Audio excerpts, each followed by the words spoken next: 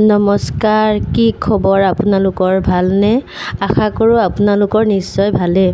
মোৰো বৰ্তমান ভালে আছোঁ। আজি মোৰ দাদাৰ বছৰিকা আছিল। আজি তাতে যাবলৈ ওলাই আছোঁ।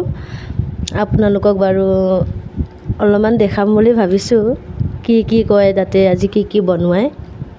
এতিয়া আমি যাই আছোঁ বৌ ঘৰলৈ। এতিয়া আমি আহি পাই গ'লোঁ। মোৰ ডাঙৰ ভতিজাজনী অলপমান পূজা কৰি আছে।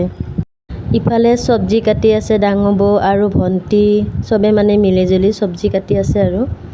ইফালে চব্জি কাটা হৈ গ'ল, এতিয়া আমাৰ ৰান্ধনি বনাবলৈ সাজু হৈ আছে।